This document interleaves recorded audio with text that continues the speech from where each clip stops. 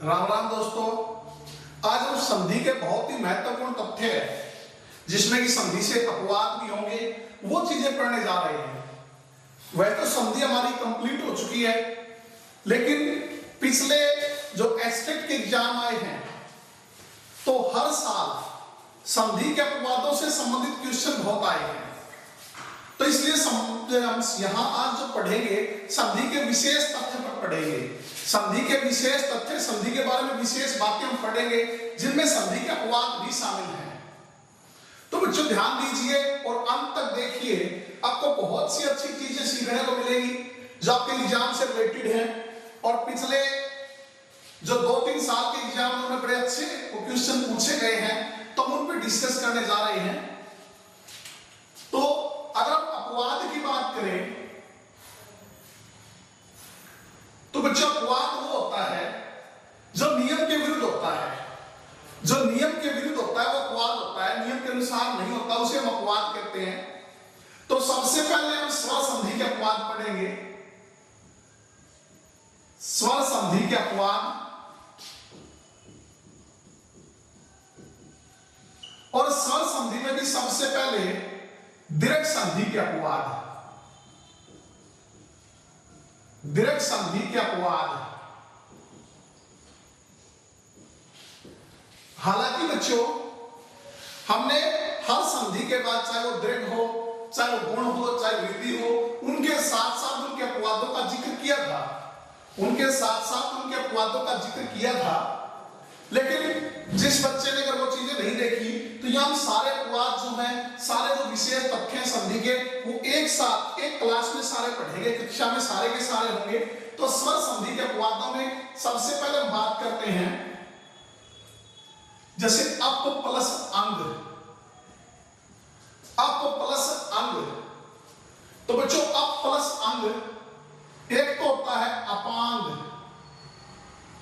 Apang, up plus अंग अपांग, ए plus ए आ दीर्घ संधि का उदाहरण है। तो यह अपवाद नहीं है बच्चों। अपांग होता है आंख की कोर, आंख की कोर, अपांग। और दूसरा होता है बच्चों अप प्लस अंग, अप प्लस अंग। तो बच्चों ये बनता है अपंग। अपंग, अंग रहित जिसको कहते हैं, अपंग अंग रहित। तो बच्चों ए प्लस ए आ बनना चाहिए था, लेकिन इसमें आ नहीं बना, ए रहा। तो ये अपवाद है, किसका? दीर्घ संधि का अपवाद है। इसी प्रकार बच्चों सीम प्लस अंत, सीमांत। सीमांत, सीमा का अंत यानी कि हद। तो इसमें ए प्लस ए आ हुआ, ए प्लस ए आ हुआ। तो ये दीर्घ संधि है, इसमें अपवाद नहीं है। लेकिन सीम प्लस अंत जो है वो सीमंत भी बनता है। क्या बनता है? सीमंत। तो आ प्लस ए आ नहीं हुआ, ए ही रहा। तो ये क्या इसका अपवाद है? तो सीमंत कहते हैं सिर की मांग को। सिर की मांग सीमंत होती है बच्चों। इसी प्रकार सार प्लस अंग, सार प्लस अंग, ए प्लस ए आ होना चाहिए, लेकिन सार प्लस अंग होता है सारंग। ए प्लस ए आ होना चाहिए बच्चों, लेकिन इसमें ए प्लस ए आ नहीं होता, ए बनता है। तो ये अपवाद है, किसका? दीर्घ संधि का अपवाद है। सारंग एक बहुत ही महत्वपूर्ण वर्ड है बच्चों। अनेकार्थी शब्द आपने पढ़े हो, जिस शब्द के एक से ज्यादा अर्थ हो, जिस शब्द के एक से ज्यादा अर्थ हो वो क्या कहलाता है? अनेकार्थी शब्द। सारंग जो है, सारंग, सारंग हिरण को कहते हैं, सारंग हिरण। सारंग जो है सिंह को, सिंह मतलब शेर को भी कहते हैं। सारंग स्त्री भी है, सारंग सांप भी होता है, सारंग बादल भी होता है, सारंग कामदेव भी होता है, भौरा भी होता है, बिजली भी होता है, तो हिरण भी है।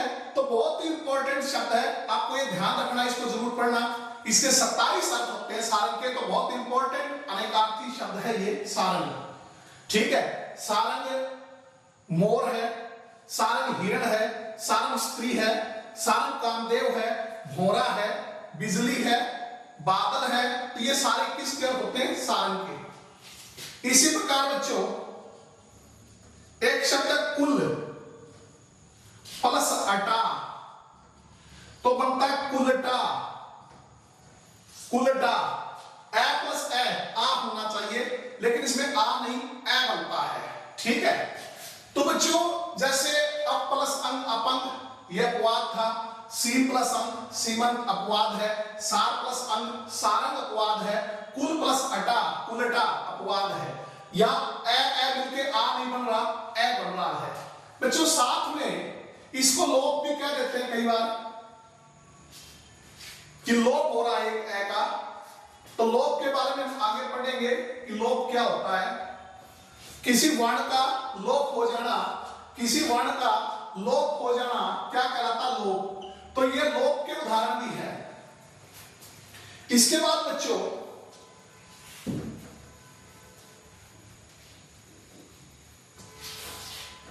अगर हम कुछ और इसके अपवादों की बात करें, किसके? दृढ़ संधि के।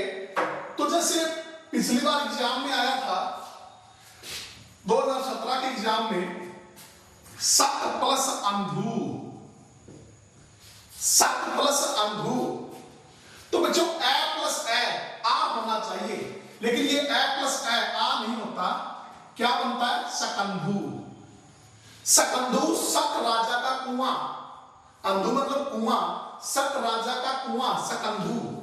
इसी प्रकार बच्चों एक शब्द है करक प्लस अंधु, करक प्लस अंधु, तो ए प्लस ए आ बनना चाहिए, लेकिन ये बनेगा करकंधु।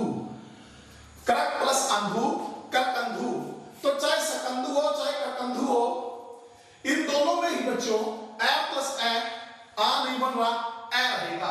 तो ये एस्टेटर पूछा जा चुका है, ये भी पूछा जा सकता है, तो इनको भी आप ध्यान रखना बच्चों। इसी प्रकार एक शब्द है मृत, या मार्त भी लिख देते हैं, मार्त प्लस अंड, मृत प्लस अंड या मार्त प्लस अंड, तो बच्चों यह बनता मार्तंड। क्या बनता? मार्तंड। और मार्तंड किसको कहते हैं? सूर्य को। मार्तंड किसको कहा जाता है? सूर्य को। तो मृत प्लस अंड या मार्त प्लस अंड मार्तंड। तो यहां अगर हम देखें तो ए प्लस ए आ बनना चाहिए, लेकिन आ नहीं बनता, ये ए रहता है, तो ये अपवाद है, किसका? दृढ़ संधि का अपवाद है। इसके अलावा बच्चों जैसे दृढ़ संधि में आपने पढ़ा है राम प्लस आयन, रामायण, तो ए प्लस ए आ, ये तो बिल्कुल सही है, ए प्लस ए आ हुआ, लेकिन बच्चों न का अणय हो गया, ये भी ध्यान रखना, न का अणय हो गया, क्योंकि ये व्यंजन संधि का नियम होता है न का अणय होना। ठीक है, तो इसको भी साथ में ध्यान रख लेना। इसी प्रकार एक शब्द नार प्लस आयन या नारा प्लस आयन, तो बच्चों नारायण, नारायण, नारा प्लस आयन, नार नारा होता है जल में, आयन वास करने वाला विष्णु, तो यहां आ प्लस आ ए या ए प्लस ए आ, लेकिन बच्चों न का क्या होता है? अणय। न का क्या बन जाता है? अणय। इसी प्रकार बच्चों इसमें आगे आता हमारा, जैसे आपने पढ़ा होगा, ये विषय ध्यान देने वाली बातें हैं। हाँ बच्चों, हमारा शब्द है प्र प्लस अंगन, तो बना प्रांगण, ए और ए मिलके आ हुआ, लेकिन न का अणय।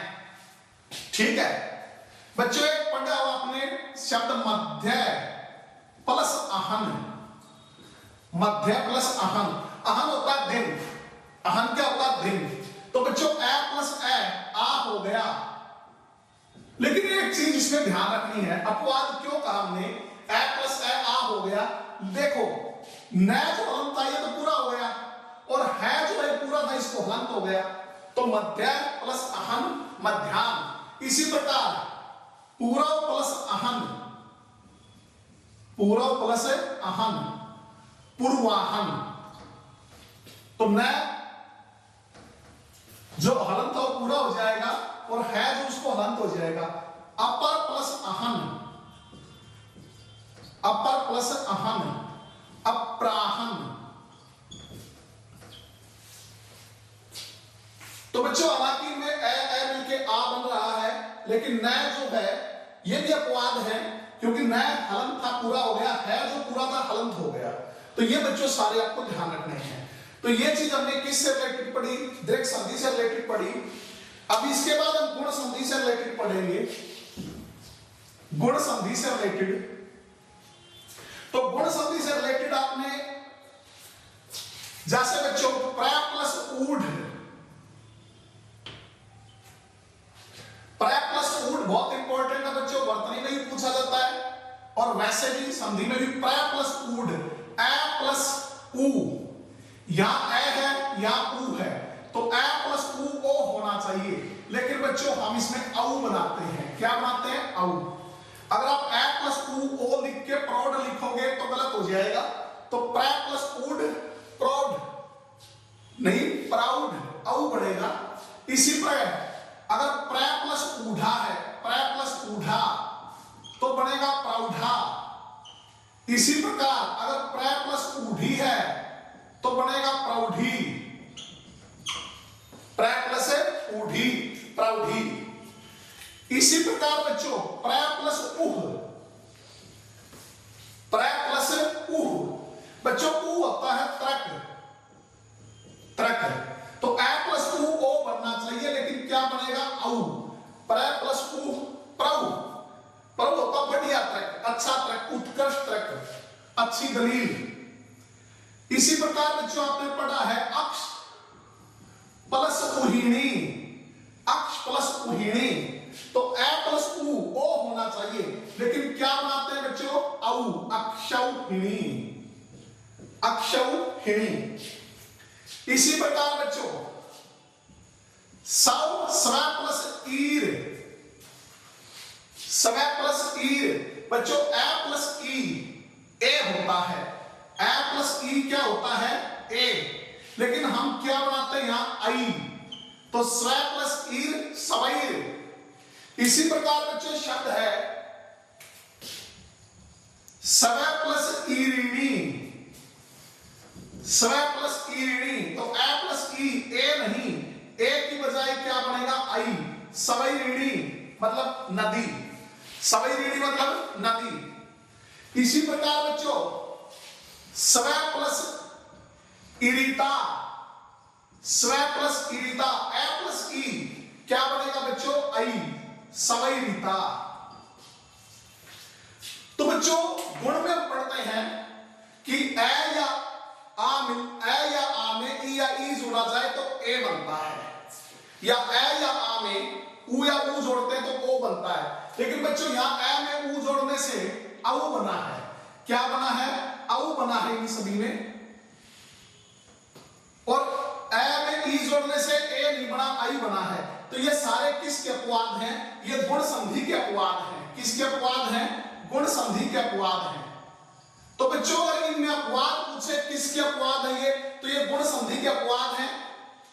और अगर इसमें पूछता है आपसे कि संधि कौन सी है, क्या पूछ रहे कि संधि कौन सी है, तो बच्चों आपने बताना है वृद्धि। इस तरह क्वेश्चन पहले आया हुआ भी है। अपवाद तो ये किसका है? गुण का, क्योंकि गुण के नियम के विरुद्ध है ये। ए ओ मिलके ओ बनना चाहिए, लेकिन औ बनता है, औ बनता है। इधर ए ई मिलके ए बनना चाहिए, आई बनता है। तो अपवाद किसके? गुण के। लेकिन अगर संधि पूछे तो क्या होगा? वृद्धि, क्योंकि वृद्धि में बढ़ते आई, औ। तो यहां किसका निर्माण हो रहा है? आई का, औ का। तो ये विशेष तौर पे ध्यान रखना। वर्तनी में ये ध्यान रखना कि शब्द कैसे लिखे जाते हैं। इसी प्रकार बच्चों, इसी प्रकार एक शब्द है सुख प्लस रित, सुख प्लस रित। तो बच्चों नियम के हिसाब से सुखार्थ बनना चाहिए। क्या बनना चाहिए? सुखार्थ। लेकिन सुखार्थ नहीं बनेगा बच्चों, क्या बनेगा? सुखार्थ। क्या बनेगा? सुखार्थ। कैसे? देखो ये क्या है? सु प्लस है प्लस ए है प्लस री और प्लस तय। तो गुण संधि में क्या पढ़ते हैं? गुण संधि में कि ए या आ के आगे री आ जाए, ए या आ के साथ क्या जुड़ जाए? री। तो क्या बन जाता है बच्चों? अर। क्या बन जाता है? अर। ठीक है, तो ए या आ के आगे री आ जाए तो अर बनता है बच्चों। तो इस हिसाब से सु ख प्लस ए ख और र आधा और तय के पर हो गया। क्या बनना चाहिए? सुखार्थ। लेकिन सुखार्थ गलत है बच्चों। क्या बनेगा? सुखार्थ बनेगा, क्योंकि यहां अर की बजाय क्या आर आदेश हो जाता है। क्या आदेश होता है? आर। तो बच्चों आदेश के बारे में, लोक के बारे में, आगम के बारे में, क्योंकि आदेश का क्वेश्चन आया था 2017 स्टेट में, तो आदेश के बारे में, लोक के बारे में, आगम के बारे में, प्रकृति भाव के बारे में इसी क्लास में डिस्कस करेंगे। तो इसलिए आप इसको अंत तक जरूर देखो। तो बच्चों सुख प्लस रिक्त सुखार्थ नहीं बनता, सुखार्थ। किसका? गुण का। गुण का क्या है? ये अपवाद। इसी प्रकार एक शब्द 10 प्लस ऋण है, 10 प्लस ऋण, ए प्लस री मिलके अर बनता है। तो क्या बनना चाहिए बच्चों? दशाण। लेकिन दशाण अशुद्ध है, क्या बनेगा? दशाण। तो यहां जो है अर की जगह आर का आदेश होगा। अर की जगह किसका आदेश होगा? आर का आदेश होगा। ठीक है, तो ये किसके अपवाद हैं? गुण के अपवाद है बच्चों। ठीक है, इसके बाद हम चलते हैं वृद्धि के अपवादों पर। वृद्धि के अपवादों पर बच्चों वृद्धि में आपने पढ़ा होगा, वृद्धि संधि में आपने पढ़ा है कि अगर ए या आ के आगे ए या आई आते हैं तो आई बनता है, और ए या आ के आगे ओ या औ आता है तो औ बनता है। लेकिन बच्चों एग्जाम्पल हम पढ़ते हैं, जैसे प्र प्लस ए सी टी, प्र प्लस ए सी टी। तो बच्चों ए प्लस ए क्या बनना चाहिए? आई। ए प्लस ए क्या बनना चाहिए? आई, यानी कि प्राइसिटी। लेकिन बच्चों प्राइसिटी अशुद्ध है, क्या बनेगा? प्रेसिटी। क्या बनेगा? प्रेसिटी। तो ये अपवाद है किसका? वृद्धि का, क्योंकि वृद्धि के नियमों के विरुद्ध है ये। ए और ए मिलके आई बनना चाहिए, लेकिन ए बन रहा है, तो ये अपवाद है वृद्धि का। संधि पूछे तो इसमें गुण है बच्चों। कौन सी है? गुण, क्योंकि गुण को फॉलो कर रहा। ए ओ किसमें बनते हैं? गुण में। इसी प्रकार बच्चों जैसे हम पढ़ते हैं कंठ प्लस ओष्ठ, कंठ प्लस ओष्ठ, ए ओ, ए में ओ जोड़ने से क्या बनना चाहिए? औ। क्या बनना चाहिए? औ, कंठौष्ठ। लेकिन बच्चों हमारी हिंदी में पढ़ाते हैं कंठौष्ठ। वैसे तो दोनों प्रचलन में है, संस्कृत में कंठौष्ठ भी बनता है, लेकिन हिंदी में जो है वो किसको प्रेफरेंस दी जाती है? कंठौष्ठ को। तो कंठ प्लस ओष्ठ, कंठौष्ठ। ए प्लस ओ क्या बनना चाहिए? औ। लेकिन क्या बनेगा? ओ। अपवाद वृद्धि का। संधि पूछे तो गुण। इसी प्रकार बच्चों दंत प्लस ओष्ठ तो बनेगा दंतोष्ठ। इसी प्रकार बच्चों अधर प्लस ओष्ठ, अधर प्लस ओष्ठ क्या बनता है? अधरोष्ठ। इसी प्रकार लंब प्लस ओष्ठ, लंबोष्ठ। बिंब प्लस ओष्ठ, बिंबोष्ठ। तो बच्चों ये सारे ध्यान में रखने हैं कि ए में ओ जोड़ने से औ नहीं बन रहा, बल्कि क्या बन रहा है? ओ ही रह जाता है। तो इसलिए इन सबको ध्यान रखना कि कंठ प्लस ओष्ठ कंठौष्ठ, कंठौष्ठ नहीं कंठोष्ठ। दंत प्लस ओष्ठ दंतोष्ठ, अधर प्लस ओष्ठ अधरोष्ठ, बिंब प्लस ओष्ठ बिंबोष्ठ, लंब प्लस ओष्ठ लंबोष्ठ। तो इस प्रकार ये बनते हैं। इसी प्रकार बच्चों इसी में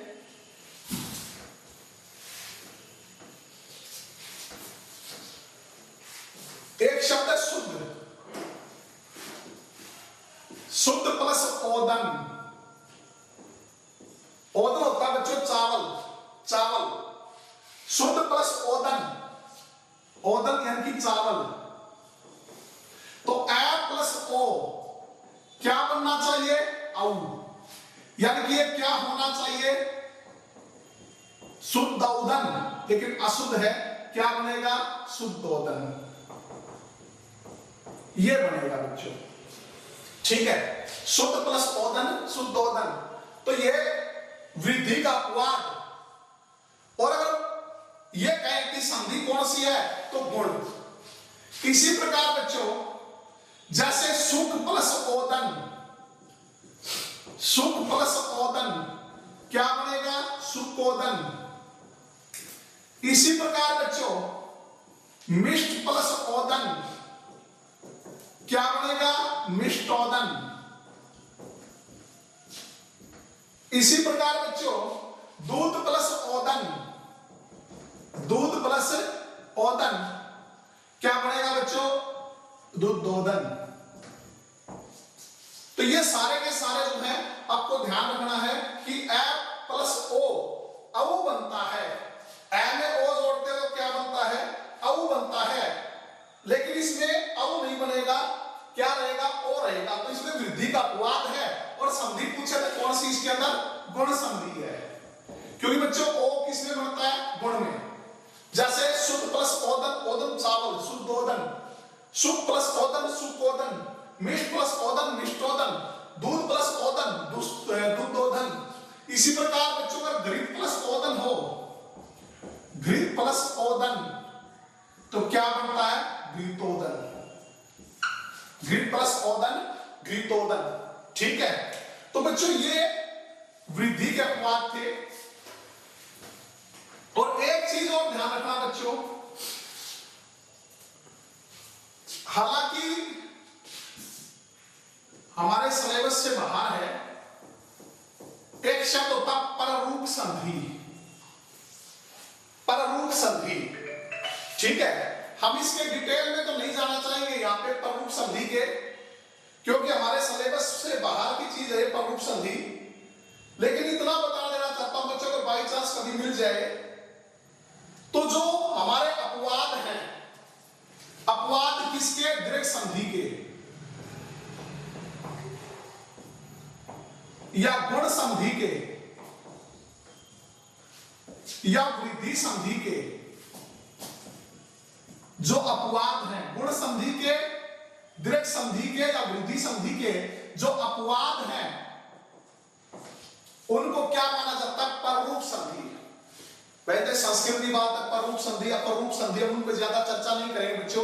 लेकिन बाई चांस अगर एग्जाम में आ जाए तो आपको पता होना चाहिए कि जो इनके दीर्घ संधि, गुण संधि और वृद्धि संधि के अपवाद हैं, उनको पररूप संधि में माना जाता है। तो इतना ही ध्यान रखो आप।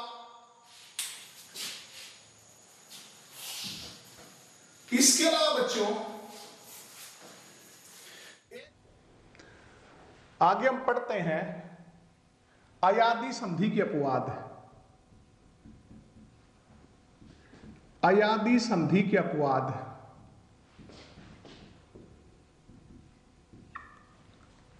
बच्चों अयादी संधि के अपवाद दो शब्दों पे ध्यान देना। एक शब्द गवाक्स और एक शब्द गवेंद्र। गवाक्स और गवेंद्र बच्चों, इनकी दो दो संधियां मान्य हैं, दो दो संधियां मान्य हैं। एक तो गवाक्स होता है गव प्लस अक्ष, गव प्लस अक्ष या गव प्लस अक्षी, गवाक्स। तो इसमें तो ये तो दीर्घ संधि हो गई, यहां तो अपवाद नहीं बनता।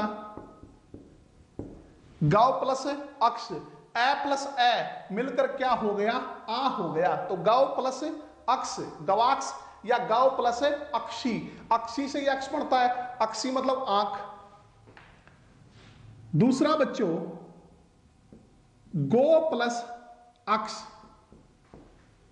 गो प्लस अक्ष, गो प्लस अक्ष या गो प्लस अक्षी। तो बच्चों यहां जो है गो प्लस अक्स जब हम करते हैं तो इसमें अपवाद बनता है, कैसे? ग प्लस ओ प्लस ए प्लस छ। और अयादी संधि में हम क्या पढ़ते हैं कि ओ के आगे भिन्न स्वर आए तो ओ किस में बदल जाता है? आओ में। किस में बदल जाता है? आओ में। तो ग प्लस ए ग, व प्लस ए व और छ, तो क्या बनता है? ये गवक्स। लेकिन गवक्स गलत है, क्या बनाएंगे? गवाक्स। तो ये यहां पे क्या है? अयादी का अपवाद है। ठीक है, तो गवाक्स की दो संधियां मान्य है, एक गौ प्लस अक्स भी सही है और एक गो प्लस अक्स भी सही है। तो गौ प्लस अक्स में दीर्घ संधि है ए प्लस ए, आ हो गया, और गो प्लस अक्स या गो प्लस अक्षी, इसमें अयादी का अपवाद है। इसमें अयादी का अपवाद है। ठीक है, क्योंकि ओ के आगे ए भिन्न स्वर आया तो औ में बदलना चाहिए, गवक्स बनना चाहिए, जबकि क्या लिखते हैं हम? गवाक्स लिखते हैं। तो बच्चों गवाक्स की दो संधि विच्छेद होते हैं, गो प्लस अक्स या गो प्लस अक्षी और गौ प्लस अक्स या गौ प्लस अक्षी। वैसे तो चीज तो एक ही है बच्चों, संस्कृत के हिसाब से पहले गो का गौ बनता है और फिर उसमें अक्स जुड़ने से गवाक्स बनता है, लेकिन हिंदी में हम दोनों अलग अलग पढ़ते हैं कि गो प्लस अक्स और गौ प्लस अक्स। इसी प्रकार गवेंद्र की दो मान्य हैं, एक होता है बच्चों गौ प्लस इंद्र, गौ प्लस इंद्र गुण संधि। गौ प्लस इंद्र कौन सी संधि? गुण संधि।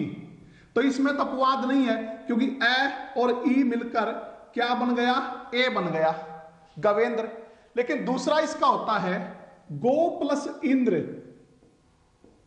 गो प्लस इंद्र। तो गो प्लस इंद्र का जब हम वर्ण विच्छेद करते हैं, ग प्लस ओ है और प्लस ये इंग है प्लस दर है, ओ के आगे भिन्न स्वर है, तो ओ किस में बदलता है? आओ में। तो ग प्लस ए ग, व प्लस ई वी, तो गवींद्र बनना चाहिए बच्चों। क्या बनना चाहिए? गवींद्र, जो कि अशुद्ध है, हम क्या बनाते हैं? गवेंद्र। तो ये अयादी का अपवाद है। तो गवेंद्र की भी दो तरह से बनती है, गो प्लस इंद्र भी और गौ प्लस इंद्र भी। गौ प्लस इंद्र में ए प्लस ई, ए बन जाता है, गुण संधि है, लेकिन गो प्लस इंद्र जो वो अयादी का अपवाद है। अयादी का क्या है? अपवाद है। हालांकि संस्कृत के लिहाज से गो से गौ बनता है, फिर इंद्र जुड़ के गवेंद्र बनता है, लेकिन हिंदी में हम दो तरह से करते हैं, गौ प्लस इंद्र भी और गो प्लस इंद्र भी। इसी प्रकार बच्चों आपने पढ़ा होगा एक श्रवण और श्रावण। तो श्रवण जो है वो होता है श्रो प्लस अन, श्रो प्लस अन। तो बच्चों वैसे तो इसमें अपवाद नहीं है, क्योंकि यहां ओ है और यहां ए है, ओ के आगे ए भिन्न स्वर आया तो ओ का क्या हो गया? आओ, तो श्रवण बन गया। लेकिन यह ध्यान रखना कि न किस में परिवर्तित हो जाता है? अणय में, न किस में? अणय में। इसी प्रकार एक शब्द है श्रावण, श्रावण, सरऊ प्लस अन, सरऊ प्लस अन। तो वैसे तो इसमें अपवाद नहीं है, अयादी का उदाहरण है, क्योंकि यहां पे औ है, औ में ए जोड़ा तो औ किस में परिवर्तित हो गया? आओ में। किस में? आओ में। तो बच्चों ये क्या बन गया? श्रावण। लेकिन इसमें भी यही ध्यान रखना कि न किस में परिवर्तित हो जाता है? अणय में। न किस में? अणय में। तो बच्चों ये अयादी संधि के भी उदाहरण है, श्रव प्लस अन और श्रव प्लस अन, श्रवण और श्रावण। अयादी के भी अपवाद है, कि स्वर संधि के भी उदाहरण है, अपवाद नहीं सॉरी उदाहरण, स्वर संधि के भी उदाहरण है और ये व्यंजन संधि के भी उदाहरण है, क्योंकि व्यंजन संधि में हम पढ़ते हैं न अणय में परिवर्तित होता है। इसी प्रकार रामायण में आपने पढ़ा होगा राम प्लस अयन, राम प्लस अयन दीर्घ संधि है, स्वर संधि, और न अणय में परिवर्तित हो रहा रामायण, तो वो व्यंजन संधि का भी उदाहरण है। तो ऐसे केस में अगर दोनों ऑप्शन में आ जाए, हमें एक चूज करना पड़े, तो हम स्वर संधि के साथ जाएंगे। जैसे रामायण में दीर्घ संधि भी ऑप्शन में और व्यंजन संधि भी ऑप्शन में है, तो हमारा जवाब क्या होगा? दीर्घ स्वर संधि उसका जवाब होगा। ठीक है, क्योंकि बच्चों मेन संधि कहां होती है ये हम पढ़ चुके हैं, पहले वर्ण का अंतिम वर्ण और दूसरे का पहला वर्ण। पहले का अंतिम, जैसे राम प्लस अयन में पहले का यहां ए और यहां ए, आ बन गया, रामायण, ये होती मुख्य संधि। ए मिलके आ बना, ये मुख्य संधि है, ये कहलाती गौण संधि। गौण संधि या छद्म संधि। तो इसलिए ऑप्शन में अगर इस तरह इसमें दीर्घ संधि भी है और व्यंजन संधि भी है, तो हम एक चूज करना पड़े तो हम किसके साथ जाएंगे? दीर्घ संधि, क्योंकि मुख्य संधि इसमें क्या है? जो अपवाद है अपनी, इसमें किसमें?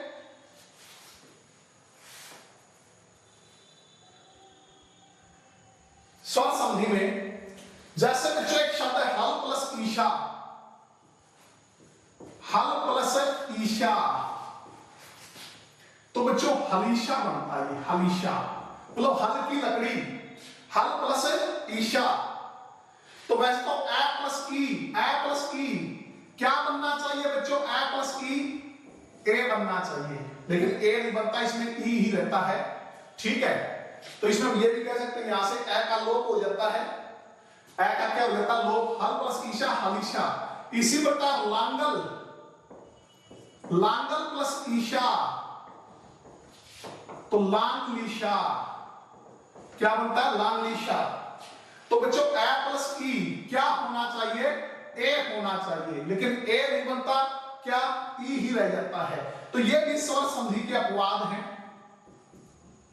स्वर संधि के अपवाद है बच्चों ये भी। तो ये हमने स्वर संधि के अपवाद पढ़े। अब इसके बाद हम व्यंजन संधि के अपवाद पढ़ेंगे।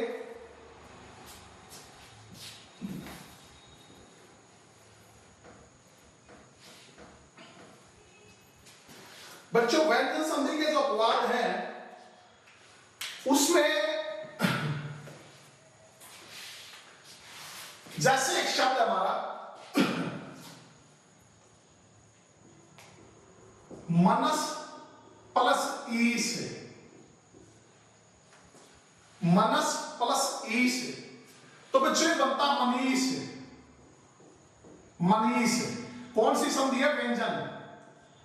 व्यंजन संधि का अपवाद है मनस प्लस ई से मनीष। इसमें क्या है? अस का लोप हो जाता है, अस का लोप। क्या हो जाता है? अस का लोप। अस का लोप कैसे? देखो बच्चों ये है मैं प्लस न प्लस ए, न पूरा तो न प्लस ए प्लस है, और फिर इसमें जोड़ रहे हैं ई से, तो ये अस जो है इसका लोप हो जाता है ए और श का। तो न आना, न को ई मिला तो ई की मात्रा, तो मनीष। इसी प्रकार शब्द है मनस प्लस ईशा, मनस प्लस ईशा, तो क्या बनता है? मनीषा। मनस प्लस ईशा मनीषा। इसमें भी अस का लोप है बच्चों। उसी प्रकार अगर मनस प्लस ईसी, मनस प्लस ईशी, तो क्या बनता है? मनीषी। तो इन तीनों में चाहे मनस प्लस ईश हो मनीष, चाहे मनस प्लस ईशा मनीषा, चाहे मनस प्लस ईशी मनीषी, इन तीनों के तीनों में क्या हो रहा है? अस का लोप हो रहा है। किसका लोप हो रहा है? अस का। ठीक है। इसी प्रकार एक शब्द बच्चों पतत प्लस अंजलि, पतत प्लस अंजलि, ये 2017 स्टेट में पूछा भी गया था। पतत प्लस अंजलि तो क्या बनता है? पतंजलि। पतत प्लस अंजलि पतंजलि। इसमें अत का लोप होता है बच्चों। किसका? अत का। अत का लोप, क्योंकि ये यहां तय प्लस अत, तय आधा कर दिया, ए निकाल दिया, तय प्लस ए प्लस तय अत प्लस अंजलि, तो इस अत का लोप हो जाता है। तो तय को ए मिल गया, तय पूरा पतंजलि। तो ये व्यंजन संधि से रिलेटेड हम अपवाद पढ़ रहे हैं कि मनस प्लस ईश मनीष, मनस प्लस ईशा मनीषा, मनस प्लस ईसी मनीषी। ठीक है। तो इनमें तीनों में क्या हो रहा है? अत का लोप। इसी प्रकार पतत प्लस अंजलि पतंजलि, तो इसमें क्या हो रहा है बच्चों? अत का लोप। इसमें किसका लोप? अत का लोप। बच्चों आगे जैसे उत प्लस स्थान,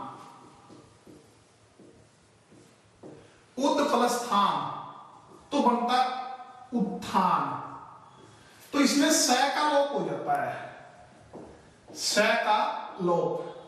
बच्चों द की जगह तो तय आदेश हो गया, द की जगह तय आदेश और श का लोप। तो बच्चों हम इन चार वर्डों के बारे में पढ़ ही लेते हैं। आदेश क्या होता है, लोप क्या होता है,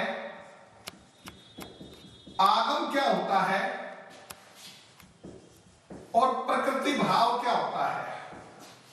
ये चार शब्द यूज होते हैं संधि में, आदेश, लोप, आगम और प्रकृति भाव। आदेश होता है बच्चों किसी वर्ण के स्थान पे नए वर्ण का आना, किसी वर्ण के स्थान पे वर्ण के स्थान पर नए वर्ण का आना, किसी वर्ण के स्थान पर नए वर्ण का आना आदेश कहलाता है, आदेश कहलाता है। जैसे अब इसमें हमने अभी देखा, इसमें क्या देखा हमने कि द के स्थान पे क्या आ गया, तय। तुम ये कह सकते हैं तय का आदेश हो गया, द के स्थान पे तय का आदेश हो गया। नया वर्ण जो है वो आना किसी वर्ण के स्थान पे आदेश कहलाता है। लोप होता है बच्चों किसी वर्ण का हट जाना, किसी वर्ण का हट जाना। जैसे बच्चों देखो इसमें स का लोप हो गया, स का क्या हो गया, लोप हो गया। हमने इससे पहले पढ़े थे जैसे पतत प्लस अंजलि अत का लोप हो गया था, जैसे मनस प्लस ईश मनीष अस का लोप हो गया था, मनस प्लस ईशा मनीषा अस का लोप हो गया था। तो बच्चों ये होता लोप। आगम होता है किसी नए वर्ण का आ जाना, किसी नए वर्ण का, किसी के स्थान पे नहीं वैसे ही आ जाना, किसी के स्थान पे आना, स्थान पर नए वर्ण का आना, वो तो क्या होता है आदेश। जैसे इसके स्थान पे द के स्थान पे तय आया, ये आदेश है। और वैसे ही अपने आप किसी नए वर्ण का आ जाना वो कहलाता आगम। आगम मतलब आया, लोप मतलब हट गया। जैसे बच्चों देखो हमने संधि पढ़ी थी, संधि में पहले पढ़ा हुआ है वी प्लस छेद, तो क्या बना था विच्छेद। अब देखो च का आगम हो गया, च अपने आप आ गया, यहां च का क्या हो गया आगम, इसे आगम बोलते हैं। जैसे आ प्लस छादन, आ प्लस छादन तो बना था आच्छादन। तो यहां च का क्या हो गया आगम हो गया, अपने आप आना, किसी के स्थान पे नहीं वैसे अपने आप आना, नए वर्ण का आ जाना वो कहलाता आगम। हट जाना लोप, और किसी वर्ण के स्थान पे वर्ण आना वो क्या कहलाता हमारा, वो कहलाता है आदेश। और एक जो चौथा था प्रकृति भाव। प्रकृति भाव होता है बच्चों इनमें से जो हमने तीन चीजें पढ़ी, अगर कोई भी ना हो, ना उसमें आदेश हो मतलब किसी वर्ण के स्थान पे कोई दूसरा वर्ण ना आए, ना उसमें लोप हो कोई चीज ना हटे, ना उसमें आगम हो बिना किसी स्थान पे कोई नया वर्ण ना आए, तो वो कहलाता प्रकृति भाव। जैसे बच्चों हमने संधि पढ़ी थी विसर्ग प्रातः प्लस काल, तो शब्द बना था प्रातः काल, प्रातः प्लस काल प्रातः काल। तो इसमें ना तो आदेश किसी वर्ण के स्थान पे कोई वर्ण आया, ना कोई अपने आप नया वर्ण आया, ना किसी का लोप हुआ, तो कोई भी नियम लागू नहीं हुआ, तो इसको हम कहेंगे इसमें क्या है प्रकृति भाव है। ठीक है, जैसे अंत है प्लस पुर, तो बड़ा बच्चों अंत है पुर, तो ये क्या है प्रकृति भाव कहलाता है। तो इन चारों का विशेष ध्यान रखना बच्चों, क्योंकि एचटेट 17 में पूछा गया था क्वेश्चन कि हिंदी के वर्णों के स्थान पर किसी, हिंदी के वर्णों के स्थान पर किसी का वर्ण का आना आदेश कहलाता है। क्या कहलाता है आदेश कहलाता है। दो वर्णों के स्थान पर एक काना एक आदेश, दो वर्णों के स्थान पर एक काना एक आदेश कहलाता है। तो बच्चों एक आदेश से रिलेटेड क्वेश्चन था और वहां चार ऑप्शन दिए हुए थे। 4 ऑप्शन दिए हुए थे और उसमें यह पूछा गया था कि किस में एकादेश का प्रयोग नहीं हुआ, इनमें से किस में एकादेश का प्रयोग नहीं हुआ। और वो 4 वर्ण थे। पहला था सागर और मीन, सागर और मीन। दूसरा था द्वारकेश, द्वारकेश। तीसरा था बच्चों एकई, और चौथा था अध्यादेश, चौथा था अध्यादेश। तो उन्होंने क्या कहा था उस पे ध्यान दो कि वर्णों के स्थान पे, मतलब एक से ज्यादा वर्णों के स्थान पे एक वर्ण आना या एक स्वर आना या एक वर्ण आना एकादेश कहलाता है। तो इनमें से किस में इसका एकादेश का पालन नहीं हुआ? तो बच्चों सागर में देखो संधि विच्छेद करोगे तो सागर प्लस उर्मी बनता है, सागर प्लस उर्मी। तो यहां क्या है रे प्लस ए, और यहां क्या है उ। बच्चों साग योग का लिख दिया, या रे प्लस ए और यहां है उ, ठीक है। ए और उ मिलकर ओ बनता है। गुण में पढ़ते हैं ए में उ जोड़ा तो ओ बना। तो बच्चों 2 के स्थान पे एक वर्ण, 2 के स्थान पे एक वर्ण एकादेश हो गया, ठीक है। और वैसे भी आदेश क्या होता है, किसी वर्ण के स्थान पे वर्ण आदेश कहलाता। तो यह इसमें आदेश है, और आदेश कौन सा? एकादेश है, ठीक है। तो ये बड़ा सागर और मीन। इसी प्रकार दूसरा जो वर्ण था द्वारका प्लस ईस, द्वारका प्लस ईस। तो यहां कै प्लस आ था और यहां ई, और स योग का योग। आ में ई जोड़ा तो ए बना गुण के नियम के अनुसार।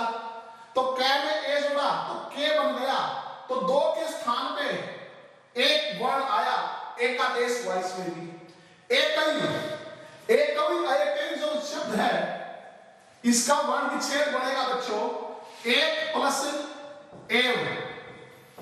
यहां कै प्लस ए है और यहां पे ए है प्लस वै। तो बच्चों कै में ए जुड़ा तो आई बना। तो कै में आई की मात्रा कई, एक कई। तो इसमें भी 2 के स्थान पे एक का आदेश हुआ तो एकादेश है। अब हमारा जो लास्ट ऑप्शन है अध्यादेश। तो बच्चों अधि प्लस आदेश, ध्यान देना इसमें भी, अधि प्लस आदेश। तो अधि प्लस जो आदेश है वो बना अध्यादेश।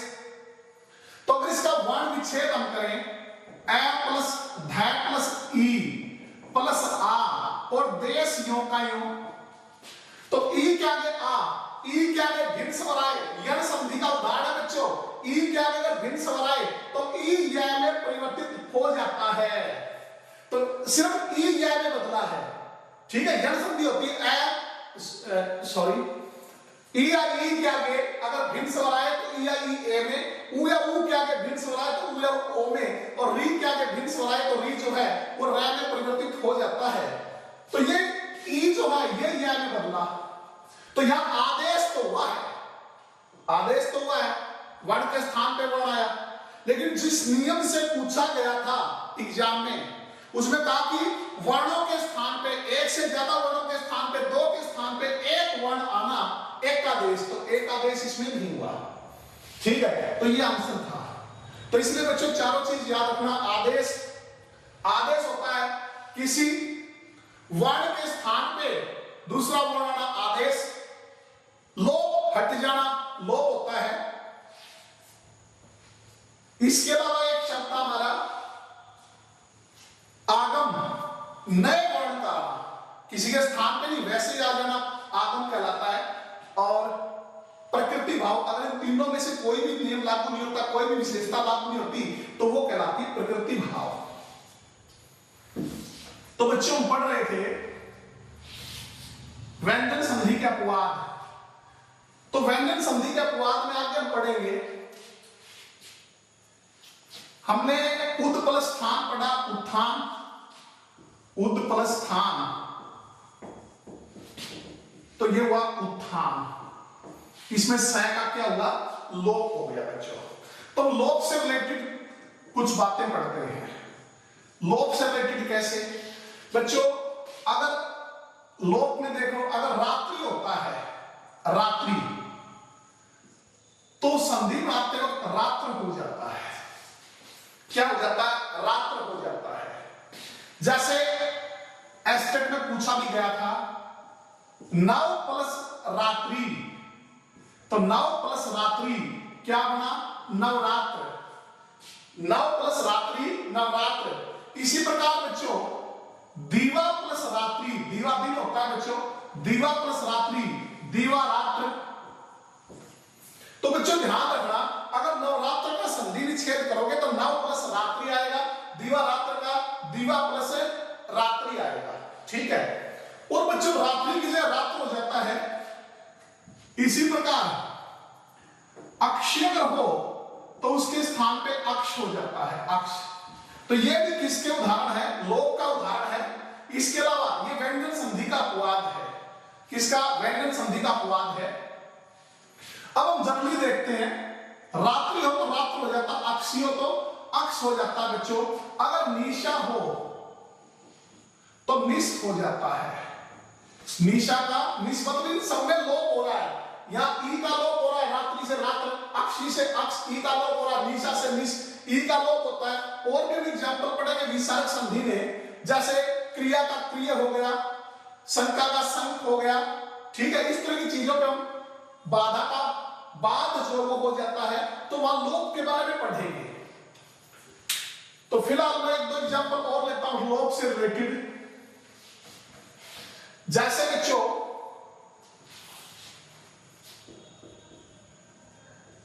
जैसे हमने पढ़ा है प्रति प्लस अक्षी प्रत्यक्ष।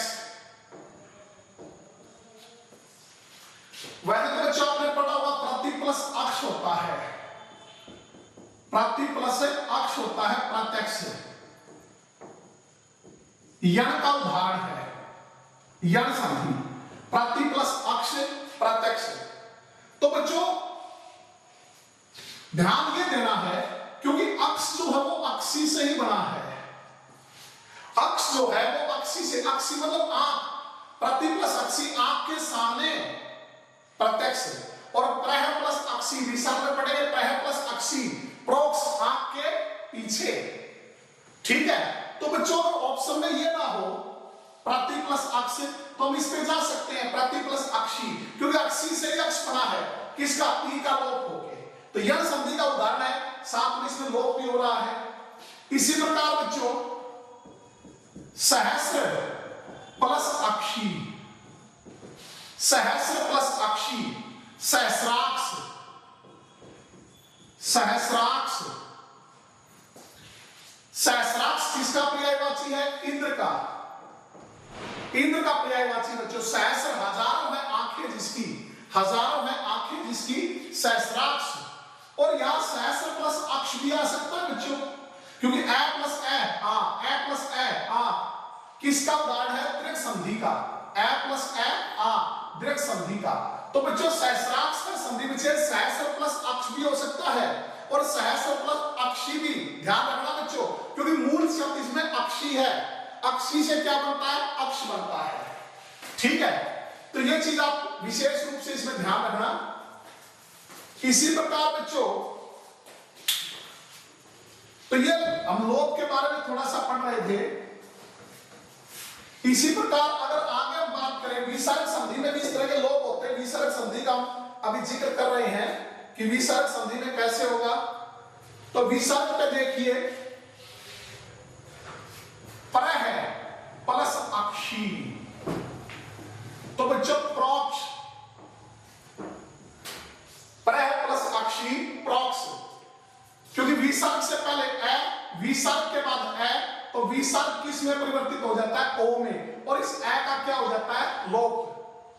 ए का लोप हो जाता है बच्चों, लेकिन ई का भी लोप होता है। तो प्रह प्लस अक्षी आंख के पीछे प्रोक्ष। इसी प्रकार बच्चों आपने अगर पढ़ा हो निहित प्लस बाधा, तो बच्चों निर्बाधा नहीं बनेगा, निर्बाधा अशुद्ध है, क्या बनेगा? निर्बाध। कहते हैं निर्बाध रूप से बिना किसी बाधा के।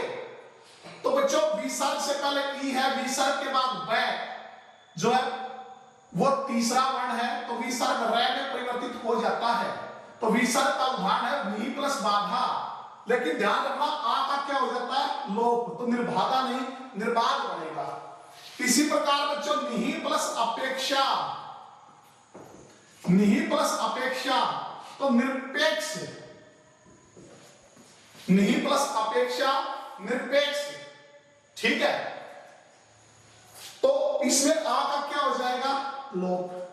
नियम वैसा ही है, इसमें विसर्ग किसमें बदलेगा रै में बदलेगा, ठीक है। इसी प्रकार बच्चों अगर हम कहें निहि प्लस क्रिया, निहि प्लस क्रिया तो बच्चों निष्क्रिय, निष्क्रिय निष्क्रिय निहि प्लस क्रिया निष्क्रिय, इसमें भी आ का क्या हो रहा है लोप हो रहा है। नियम विसर्ग आप जानते होंगे, विसर्ग विसर्ग संधि में आता है कि विसर्ग से पहले स्वर हो और विसर्ग के बाद कैख है पैख है टैठ है या मूर्धन्य श हो तो विसर्ग मूर्धन्य श में बदल जाता है, मूर्धन्य श में तो बदल गया, लेकिन इसमें बात लोप की कर रहे हैं, ये अपवाद है किसके कारण लोप के कारण। इसी प्रकार बच्चों जैसे एक आपके पास शब्द है निहि प्लस प्रभा, निहि प्लस प्रभा तो निष्प्रभा नहीं बनेगा निष्प्रभ, क्या बनेगा निष्प्रभ, आ का क्या हो जाएगा लोप हो जाएगा बच्चों।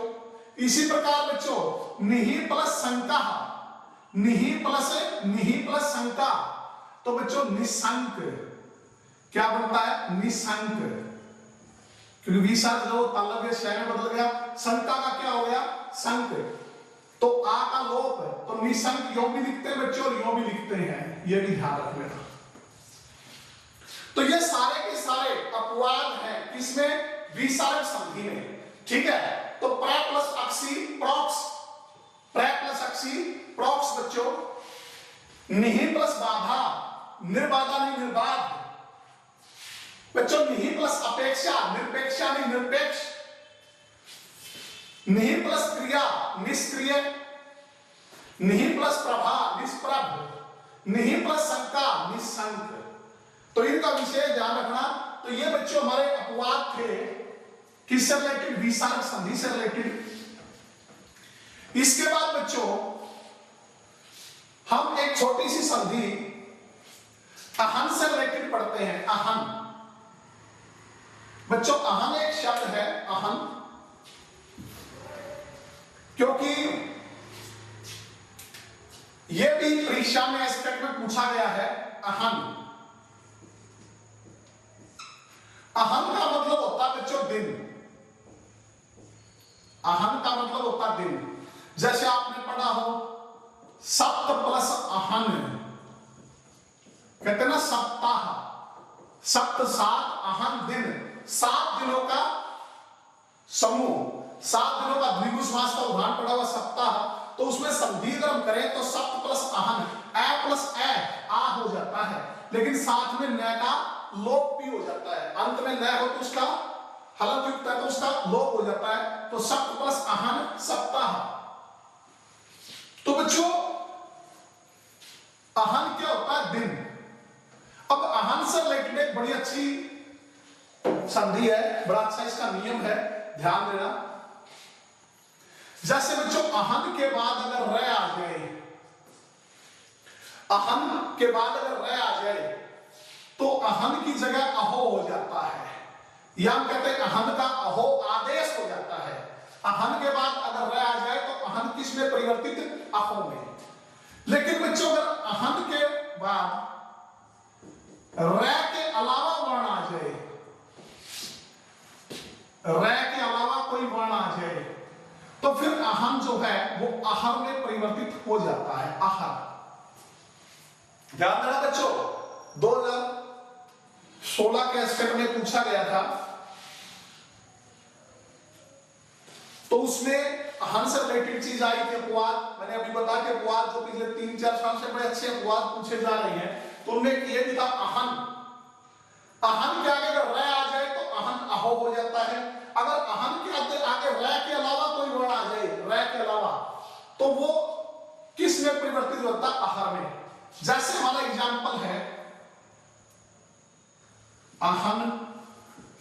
प्लस रात्रि, अहन प्लस रात्रि। तो अहन के बाद क्या आया? रे। तो अहन का क्या हो गया? अहो। और हमने पहले पढ़ा था बच्चों रात्रि का हो जाता है रात्र, तो क्या बना? अहन प्लस रात्रि, अहोरात्र। तो अहोरात्र शब्द आता है, उसका मतलब दिन और रात। अहन प्लस रात्रि, दिन और रात। इसी प्रकार बच्चों जैसे हम कहें अहन प्लस रूप, अहन प्लस रूप, तो अहन के बाद र आया, तो अहन किस में परिवर्तित? अहो में। अहो प्लस रूप, क्या हो गया? अहो रूप, अहो रूप। तो बच्चों अगर अहन के बाद र आ जाए तो अहन किस में परिवर्तित हो जाता है? अहो में।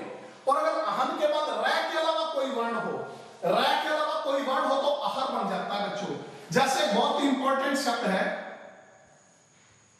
अहन प्लस अहन, अहन प्लस अहन। अच्छा बच्चों अहन आया, अहन के बाद ए मतलब र के अलावा है, तो हमने क्या पढ़ा था? अगर र के अलावा आ जाए तो ये किस में बदल जाता? अहर में, अहर। और प्लस आगे क्या है? अहन। ठीक है, तो बच्चों अब इसका वर्ण संयोजन करें तो ए है, र आधा था, तो ए मिलके र क्या हो गया? पूरा। आगे क्या है? और मैंने बताया था अंत में अगर न हो हलंत तो उसका लोप हो जाता है। जैसे सब प्लस अहन सप्ताह, तो अहन प्लस अहन अहर है, अहर है, अहर होता दिनों दिन, दिन प्लस दिन, अहन प्लस अहन, दिन प्लस दिन, अहर है। ठीक है, तो अहन के बाद ए आया तो अहन का अहर हो गया, और उसके बाद अहन था तो लास्ट में न अलंकृत था, उसका लोप हो गया, तो क्या बना? अहर है। इसी प्रकार बच्चों जैसे अहन प्लस निशा, अहन प्लस निशा। अब अहन के बाद न आया तो अहन किस में परिवर्तित? अहर में। और बच्चों हमने पढ़ा था निशा किस में? निस में। निशा किस में? निस में परिवर्तित हो जाती है।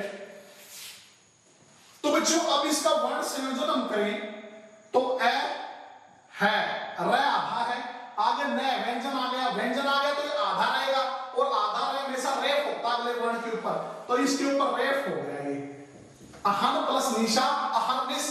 अहरनिस मतलब अहन दिन और निशा रात, दिन और रात। बच्चों समास अगर पूछे तो द्वंद्व समास का उदाहरण है अहरनिस, और इसका संधि विच्छेद अहन प्लस निशा। इसी प्रकार बच्चों जैसे अहन प्लस पति, अहन प्लस पति, अहन के बाद प आया तो अहन र के अलावा वर्ण है तो किस में बदल गया? अहर में। और प्लस आगे क्या है? पति, तो ये क्या बना? अहर पति। अहर पति कौन होता है बच्चों? किसका पर्यायवाची है? सूर्य का, क्योंकि अहन दिन, पति स्वामी, दिन का स्वामी कौन होता है? सूर्य। चाहे उसको आप दिवाकर कहो, प्रभाकर कहो, भास्कर कहो, ठीक है। तो इसी प्रकार अहरनिस, अहन प्लस निशा, अहरनिस, अहन प्लस पति, अहन प्लस पति, अहर पति, सूर्य। तो बच्चों ये हमारा बहुत इंपॉर्टेंट पॉइंट था अहन से संबंधित। अहन के बाद अगर र आएगा तो किसमें परिवर्तित हो जाएगा? अहो में। और अहन के बाद अगर र के अलावा कोई वर्ण आएगा तो अहन किस में बदल जाता है? अहर में। तो ये ध्यान रखना। तो आगे हम चलते हैं।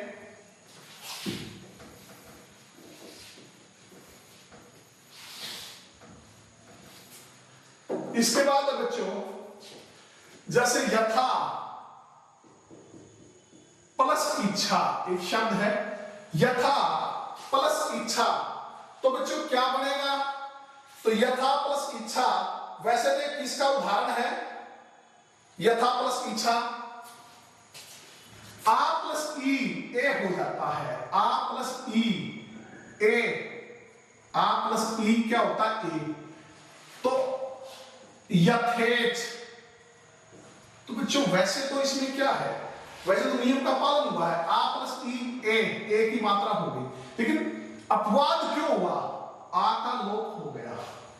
तो यथा प्लस इच्छा, यथेच, अगर यथेच का आप संधि विच्छेद करोगे तो क्या बनेगा, यथा प्लस इच्छा। ठीक है, तो यथा प्लस इच्छा यथेच बनता है बच्चों।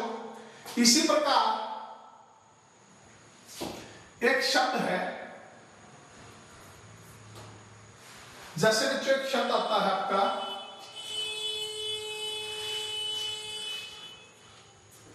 स्वेच्छा प्लस चारिणी। इसी प्रकार बच्चों एक शब्द आता है हमारा क्या, स्वेच्छा प्लस चारिणी, स्वेच्छा प्लस चारिणी, स्वेच्छा प्लस चारिणी। तो बच्चों क्या बनता है ये, स्वेच्छा चारिणी, स्वेच्छा, क्योंकि यहां ए है उसकी जगह क्या हो जाता है आई, स्वेच्छा प्लस चारिणी, तो क्या बनता है बच्चों, स्वेच्छा चारिणी। तो इसमें भी ध्यान रखना कि सवे के स्थान पे सवई हो जाता है, सवे के स्थान पे क्या हो गया, सवई हो गया। ठीक है बच्चों, इसके बाद आगे बढ़ते हैं।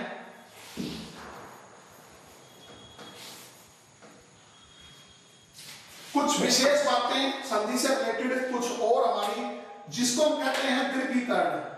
क्या कहा जाता है बच्चों, दीर्घीकरण कहते हैं। दीर्घीकरण कैसे आपने पढ़ा होगा बच्चों, विश्व प्लस मित्र, विश्व प्लस मित्र। तो बच्चों ये बनता विश्वामित्र, विश्व प्लस मित्र, विश्वामित्र। अब देखो बच्चों, वैसे तो इसकी संधि कैसे हुई, यह अपवाद ही है, लेकिन यहां क्या हो गया, आप हो गया। मतलब ये जो क्या था, इसमें ए था, वै प्लस ए हर्ष स्वर था, और यहां क्या बन गया, वै प्लस आ। तो हम इसको कह देते हैं दीर्घीकरण हुआ है। क्या हुआ है, दीर्घीकरण, क्योंकि हर्ष किसमें परिवर्तित हो गया, दीर्घ में।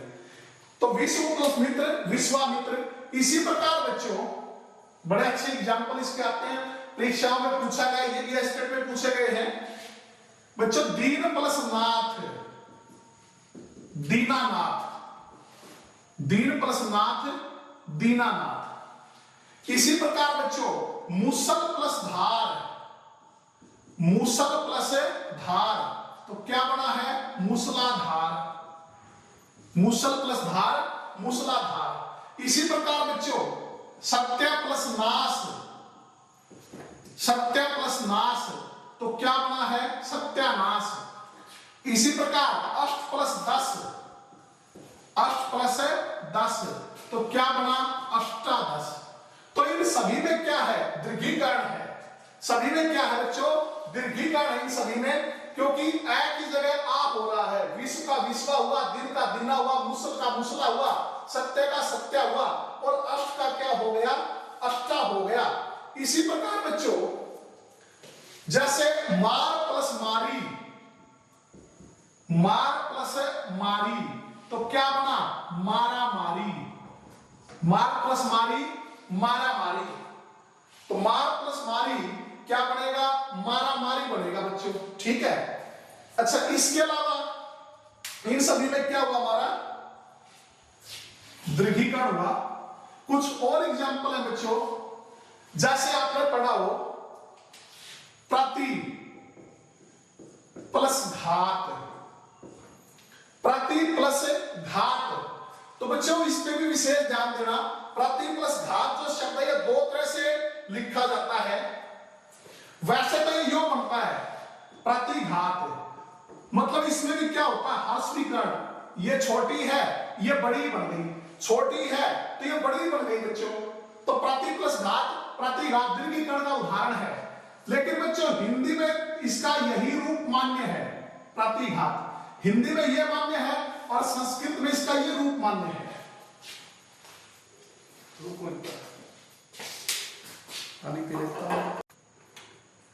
इसी प्रकार बच्चों जैसे शब्द प्रति प्लस कार, प्रति प्लस कार, तो प्रतिकार, तो यह भी क्या है, दीर्घीकरण है।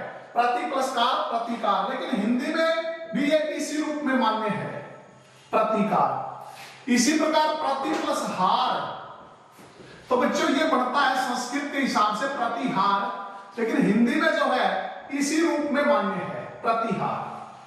तो ये जो रूप है ये हिंदी में मान्य, वैसे तो इसकी भी संधि क्या बढ़ती है, दीर्घीकरण बढ़ती है, हर्ष ई है दीर्घ ई बन जाती है, लेकिन हिंदी में ये भी मान्य है बच्चों, ठीक है। तो ये दोनों रूप शुद्ध है इसके, तो ध्यान देना प्रति प्लस घात, प्रतिघात ये भी है और ये भी होता है, प्रतिकार, प्रतिकार भी, प्रतिकार भी, प्रति प्लस हार, प्रतिहार भी और प्रतिहार भी, तो ये ध्यान रखना इसका। इसी प्रकार बच्चों एक शब्द है प्रभु प्लस दयाल, प्रभु प्लस दयाल, तो क्या बनता है बच्चों, प्रभु दयाल, प्रभु दयाल। तो बच्चों इसमें भी क्या है, ये छोटा ऊ है और ये क्या बन गया, बड़ा ऊ, मतलब हर्ष से दीर्घ हो रहा है, तो इसको हम कहते हैं दीर्घीकरण संधि। तो यही पूछ रहे दीर्घीकरण संधि का उदाहरण कौन सा है या कौन सा नहीं है। दूसरा का संधि विच्छेद भी आप सही ढंग से करना, क्योंकि बच्चे प्रभु दयाल में एक बार आया हुआ ऑप्शन में, तो प्रभु प्लस दयाल संधि विच्छेद करोगे तो प्रभु छोटा हो जाएगा प्लस दयाल, तो इस प्रकार इनका ध्यान रखना। इसके अलावा बच्चों एक दो चीजें और अगर हम बात करें, जैसे सम प्लस राट, सम्राट यूं लिखा जाता है, सम प्लस राट सम्राट। वैसे तो बच्चों अगर हलंत है यहां और ये रह योग का जो जुड़ गया तो वैसे तो संयोग होता है, क्या होता है, संयोग होता है, तो सम प्लस राट सम्राट। इसके बाद बच्चों एक बहुत इंपॉर्टेंट नियम है हमारा, उस पर हम थोड़ा सा डिस्कस कर लेते हैं। जैसे वाक प्लस हरि, वाक प्लस हरि, बच्चों आपने पढ़ा होगा, वैसे तो बनता वाग हरि, वाग हरि, क्योंकि हमारा एक नियम होता है कि किसी भी वर्ग के प्रथम वर्ण के आगे, किसी भी वर्ग के प्रथम वर्ण के आगे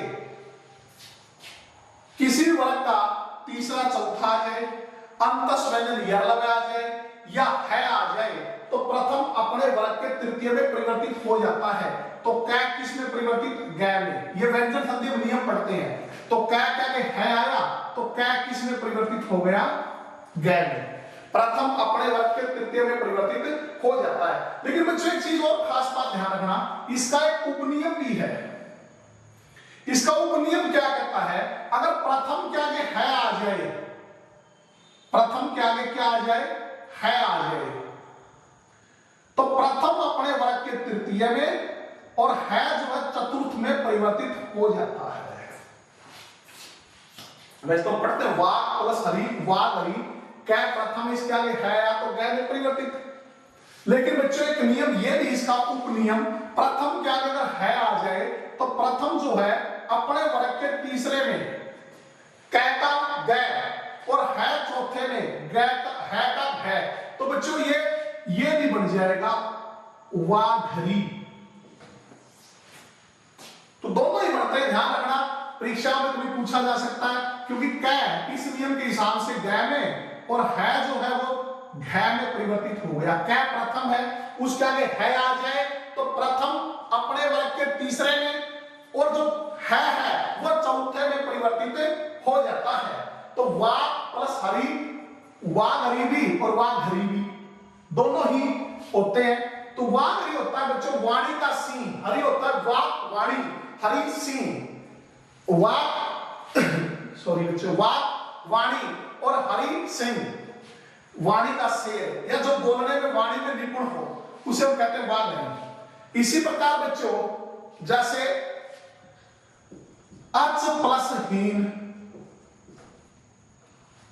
अच प्लस हीन, तो च प्रथम है आ गया, तो च अपने वर्ग के तीसरे में ज में और है चौथे में झ में, अझीन, क्या बना, अझीन।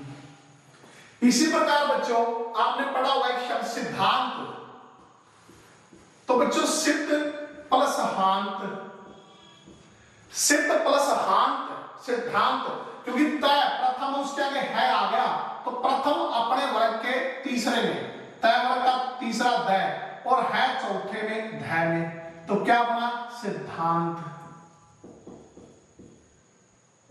सिद्धांत।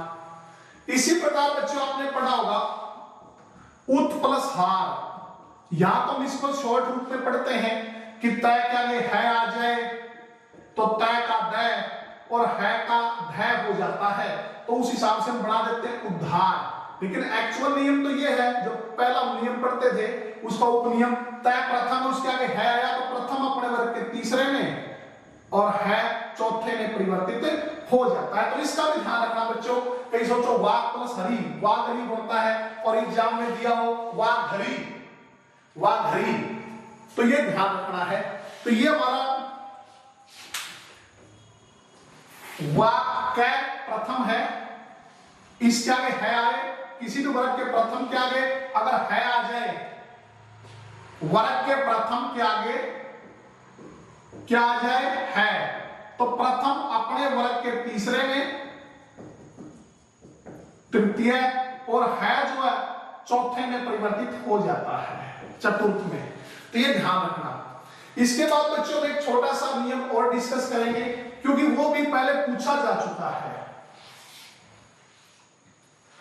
अगर बच्चों जैसे हम संधि करते हैं तो संधि करते हैं तो दो शब्द जो हैं, पहले शब्द का अंतिम वर्ण और दूसरे का प्रथम वर्ण के बीच संधि होती है। अगर प्रथम वर्ण का अंतिम वर्ण न हो हलंत युक्त, प्रथम शब्द का अंतिम वर्ण हलंत युक्त न हो और उसमें आगे कोई शब्द जोड़ा जाए तो इस न का लोप हो जाता है। इसके आगे कोई शब्द है, ये शब्द का अंतिम वर्ण है न, तो आगे कोई शब्द जोड़ते तो इस न का क्या हो जाता है, लोप हो जाता है बच्चों। जैसे देखो पक्षी प्लस राज, पक्षीन प्लस राज, तो अंतिम न है हलंत युक्त और इसमें आगे एक शब्द और जोड़ना है तो इस न का लोप हो जाएगा और ये क्या बनेगा, पक्षीराज, पक्षीराज। इसी प्रकार बच्चों जैसे पक्षी प्लस विज्ञान, तो क्या बना पक्षी विज्ञान, या पक्षी प्लस शास्त्र, सॉरी पक्षीण प्लस शास्त्र, पक्षीण प्लस शास्त्र, तो क्या बना पक्षी शास्त्र। इसी प्रकार जैसे बच्चों प्राणी प्लस मात्र, तो प्राणी मात्र, तो नए का क्या हो रहा है, लोप हो रहा है। जैसे बच्चों योगी प्लस ईश्वर, तो इस न का लोप और छोटी और बड़ी मिलके बड़ी होगी योगीश्वर, योगी प्लस ईश्वर योगीश्वर, ठीक है बच्चों। तो इस प्रकार बनते हैं ये। तो यह एक चीज और भी ध्यान रखना, हमने पढ़ा अगर पहला शब्द है उसका अंतिम जो वर्ड है वो न है हलंत युक्त और उसके आगे कोई हम शब्द जोड़ते हैं तो उस टाइम क्या होता है, उस न का लोप हो जाता है। क्या हो जाता है, लोप हो जाता है। जैसे मंत्रीण प्लस मंडल, मंत्रीण प्लस मंडल, तो बच्चों मंत्री में न है हलंत युक्त, आगे शब्द जोड़ेंगे तो न का लोप हो जाएगा, मंत्रिमंडल, मंत्रिमंडल, ठीक है। तो इस प्रकार बनते हैं बच्चों ये। जैसे युवन प्लस अवस्था, या युवान भी लिखा होता है, युवान प्लस अवस्था, तो इस न का लोप ए मिलके आ हो जाता है तो युवा अवस्था। तो बच्चों यहां एक बात विशेष तौर पे मैं आपको कहना चाहूंगा, वर्तनी से रिलेटेड है। वर्तनी से रिलेटेड कैसे है, बच्चों वैसे देखो हम पक्षी यूं लिखते हैं, मंत्री यूं लिखते हैं, प्राणी भी यूं लिखते हैं, योगी भी यूं लिखते हैं, ठीक है बढ़िया। लेकिन बच्चों अगर पक्षी विज्ञान लिखोगे या पक्षी राज लिखोगे या पक्षी शास्त्र लिखोगे या पक्षी वृंद लिखोगे तो छोटी हो जाएगी। क्यों बच्चों? क्योंकि अभी हमने पढ़ा कि मूल रूप तो इसका ये है पक्षीन, संस्कृत का शब्द है, मूल रूप पक्षी। हिंदी में भी इसको यूं पढ़ाते हैं, पक्षियों लिखते हैं, तो पक्षी तो यूं शुद्ध है बच्चों। लेकिन अगर पक्षी राज आ जाए तो हमारी आदत क्या होती है, हम पक्षियों लिखते हैं तो साथ में आगे राज जोड़ दिया, बस वृंद जोड़ दिया आगे, बस शास्त्र जोड़ दिया, विज्ञान जोड़ दिया, और ये गलत हो गया। क्योंकि हमने पढ़ा कि मूल ये है और इसमें जुड़ता है शब्द राज, तो इसका लोप न का और ये बन गया पक्षी राज। तो ये ध्यान रखना कि पक्षी, मंत्री, प्राणी, योगी, ये जो अपने मूल रूप में जो है हलंत युक्त होते हैं, उनपे छोटी की मात्रा होती है, तो इसलिए इस रूप में तो ये शुद्ध है पक्षी, मंत्री, प्राणी, योगी। लेकिन अगर इनके आगे कोई शब्द जुड़ता है तो ये मूल रूप में आके जुड़ते हैं, जैसे मंत्री परिषद या मंत्रिमंडल। इसी प्रकार बच्चों प्राणी शास्त्र या प्राणीवाचक या बच्चों प्राणी मात्र, इसी प्रकार योगीश्वर,